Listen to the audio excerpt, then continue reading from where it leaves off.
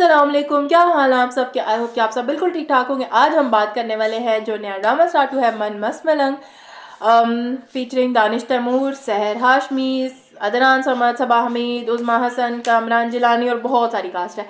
इसके बारे में हम बात करेंगे कि मुझे पहली एपिसोड कैसी लगी, क्या मेरे ख्यालात है, आप लोग एग्री करते हो नहीं करते, वो आप लोगों के अपना ओपिनियन हो सकता है, कमेंट सेक्शन में ज़रूर बताइएगा। लेकिन उससे पहले अगर आप चैनल पे पहली बार आए, आपने चैनल सब्सक्राइब नहीं किया तो प्लीज़ चैनल को जरूर सब्सक्राइब करिएगा, वीडियो को लाइक शेयर और कमेंट सेक्शन में अपनी राय का इजहार जरूर करिएगा। सबसे पहले तो मुझे जो सबसे ज़्यादा अच्छी चीज़ लगी है ना, वो ड्रामे को OST है।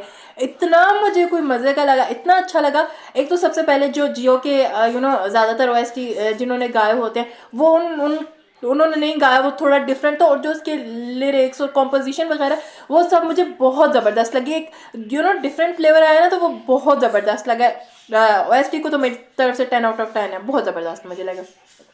खैर मुझे थोड़ा सा था कि दानिश के साथ जो मेन लीड है, हीरोइन है सहर हाशमी, इनका ऑनेस्टली मैं बताऊं तो मुझे नहीं याद पड़ता कि मैंने इनका इससे पहले कोई काम वाम देखा। अगर किसी ड्रामा में आई मुझे याद नहीं है तो वो अलग बात है, बट मैंने कोई जिस तरह प्रोमिनेंट रोल होता है उसमें नहीं देखा उस तरह। इनका वो रोल है। अब मुझे लगता है दानिश के साथ कोई एक स्ट्रॉन्ग ही फीमेल हो जाती, कोई और जिन्हें हम जानते तो वो ज़्यादा बेहतर रहता।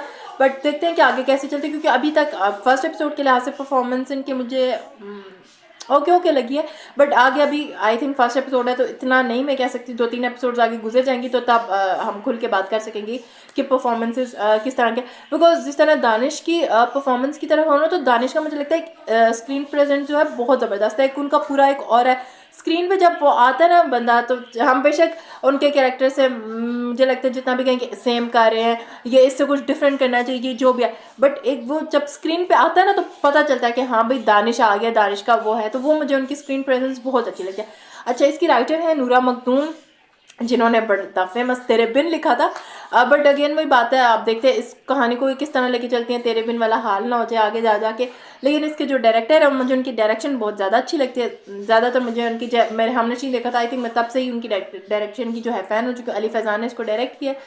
खैर एपिसोड स्टार्ट होती है तो एपिसोड में जो सबा हमीद हैं माबीना का कैरेक्टर प्ले कर रही है, कामरान जिलानी उनका बेटा मुबीन है, और कबीर जो है दानिश प्ले कर रहा है। ये दोनों भाई हैं। इनकी जो दुश्मनी दिखाई हुई है वो उज़मा हसन के जो ख़ानदान है उससे दिखाई गई है।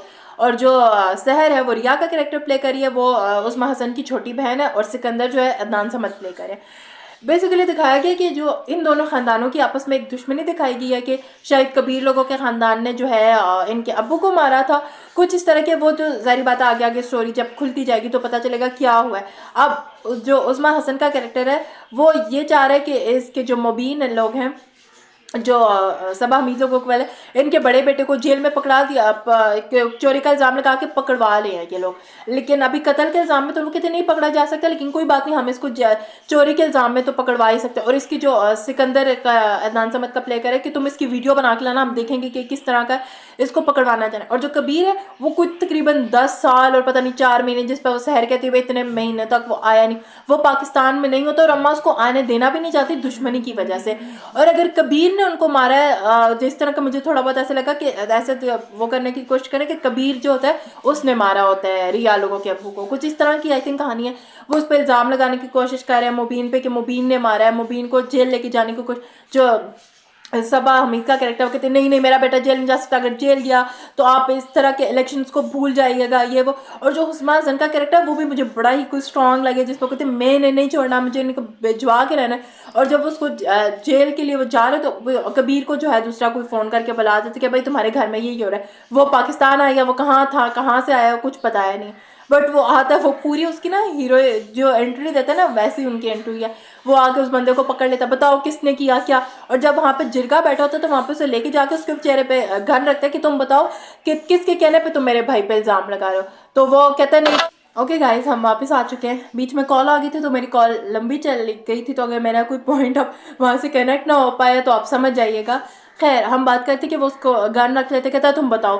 तो जब वो कहता है कि मुझे सिकंदर साहब ने भेजा था, तो सारे जाहिर बातें वहाँ पे आज मुझे अच्छा लगा कि सब कहते हैं अगर तुम किसी के उस पे गन रखोगे तो वो तो यही कहेगा। तो फिर वो वीडियो भेजता है को सबको, जहाँ पे वही बंदा जाके चोरी कर रहा होता है, कहता है इन्होंने तो ये फोल्डर डिलीट कर दिया था, लेकिन मैं जो हूँ मैं ये वापस ले आया हूँ, अब ये देखें कि ये इसने चोरी किया, वो सारा बताते और तो करते करते कबीर के बजाय सिकंदर को जो है जेल हो गया। जब उसको पता चलता है उसकी बहन को, तो वो कहती है उसको कैसे हो गया, वो बचाने की आपको कहती है उसको निकलवा के लाओ। और जो रिया है उसने अभी तक सेकंड ईयर क्लियर किया हुआ, तो वो करेगी। आई थिंक अभी शहर की परफॉर्मेंस मुझे पहले एपिसोड में कोई इतनी अच्छी नहीं लगी, और इसलिए बताऊं तो अब आगे देखते हैं कि इस तरह होगा। और कबीर को माँ उसकी कहते हैं अब तुम रात की फ्लाइट से वापस जाओगे ना, तो कहते हैं नहीं मैं वापस नहीं जाऊंगा, मैं जो हूँ वो मैं अब यहीं रहूँगा, मैं अपने प्लान्स किसी को बताते नहीं। और जो मुबीन की बीवी आती है, हिबा उनका नाम है, अब आई थिंक ड्रामे में क्या नाम है मुझे अभी, सॉरी ड्रामे में लिया ही नहीं, सॉरी किस बात की, ड्रामे में अभी तक नाम ही नहीं आया, तो वो लेंगे तो मुझे ना एकदम जाने सारी याद है कि उसमें भी पहले ये देवर भाभी होते हैं, बाद में वो उसको पसंद करने लग जाती है। खैर पहले एपिसोड मुझे ओके ओके लगी, प्रोमोज मुझे ऑनेस्टली ज़्यादा अच्छे लगे थे, मुझे हो रहा था कि पता नहीं अब क्या होगा क्या होगा, बट आई थिंक पहले एपिसोड पे बहुत कुछ ही कह देना कि ये नहीं था वो नहीं था, वो मुझे लगता है ज़रा और सी बात होगी। बहुत कम ड्रामे होते हैं जिनके आप फर्स्ट एपिसोड से कहो वाह क्या ड्रामा था, लेकिन आई थिंक अब इसके हफ्ते में 3 एपिसोड्स तो आएंगी जुम्मा हफ्ता इतवार, तो हमें आगे अंदाज़ा हो जाएगा, और हमें ये भी अंदाज़ा हो जाएगा कि हम मेरी वीडियोस के लिहाज से कैसा परफॉर्म करता है, हमने इसको आगे कंटिन्यू करना है या नहीं करना। आप लोग बताएं मन मस्त मलंग को लेकर आप लोगों के क्या ख्यालात है। और मुझे एक और चीज़ लगती है कि अब जियो के पास ना 7 स्काई के अलावा भी कोई प्रोडक्शन हाउस होना चाहिए, जो मतलब होना जैसा यार वाई के पास नेक्स्ट लेवल है, बिग बैन है, और बाकी ग्रीन के पास भी 2-3 है, तो इस तरह के अगर 1-2 प्रोडक्शन हाउस हो, हम के पास भी 2, तो वो थोड़ी अलग अलग ड्रामा में वेरिएशन आती है, ड्रामा का कंटेंट चेंज होता है, तो वो देखने में भी मज़ा आता है।